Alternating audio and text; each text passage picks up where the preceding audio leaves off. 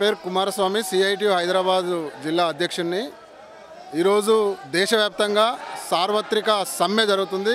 కేంద్ర రాష్ట్ర కార్మిక సంఘాలు ఇచ్చిన పిలుపులో భాగంగా ఈరోజు దేశవ్యాప్తంగా ఈ సమ్మె జరుగుతుంది. హైదరాబాద్ నగరంలో కూడా ఈరోజు సుందరయ్య పార్క్ నుండి ఇందిరా పార్క్ వరకు ఈ ర్యాలీ జరుగుతూ ఉన్నది. ఈ ర్యాలీలో అనేక రంగాలకు సంబంధించిన కార్మికులు, ఉద్యోగులు, అట్లాగే అవుట్సోర్సింగ్ కాంట్రాక్ట్ ఉద్యోగులు కూడా ఈ అనేక రంగాలకు సంబంధించిన ఉద్యోగులు ఇందులో ఈ ర్యాలీలో పాల్గొంటూ ఉన్నారు, ఈ సమ్మెలో పాల్గొంటూ ఉన్నారు.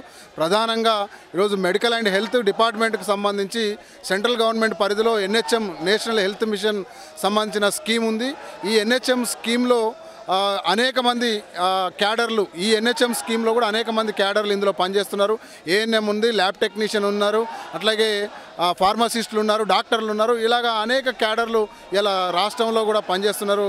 అట్లాగే ఈ తెలంగాణ రాష్ట్రంలో దాదాపు 9,000 మంది ఈ ఎన్హెచ్ఎం స్కీమ్లో అనేక క్యాడర్లుగా ఈరోజు పనిచేస్తున్న పరిస్థితి ఉంది. మోడీ ప్రభుత్వం తీసుకొచ్చిన ప్రధానమైన ఈ 4 లేబర్ కోడ్లు ఏవైతే ఉన్నాయో, ఈ 4 లేబర్ కోడ్లను వ్యతిరేకిస్తూ ఈరోజు ఈ సమ్మె జరుగుతున్న పరిస్థితి ఉంది. 4 లేబర్ కోడ్లలో ఇలా ప్రధానంగా చూసినప్పుడు కనీస వేతనాన్ని నిర్ణయించే హక్కు ప్రభుత్వం చేతిలో ఉండాలి.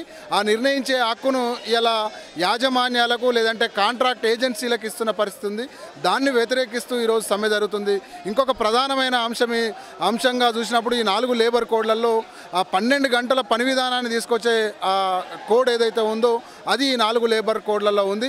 ఇప్పటికే అనేక సంవత్సరాలుగా పోరాడి అనేక మంది కార్మికులు ప్రాణత్యాగాలు చేసి ఈ 8 గంటల పని విధానాన్ని సాధించుకున్న పరిస్థితి ఉంది.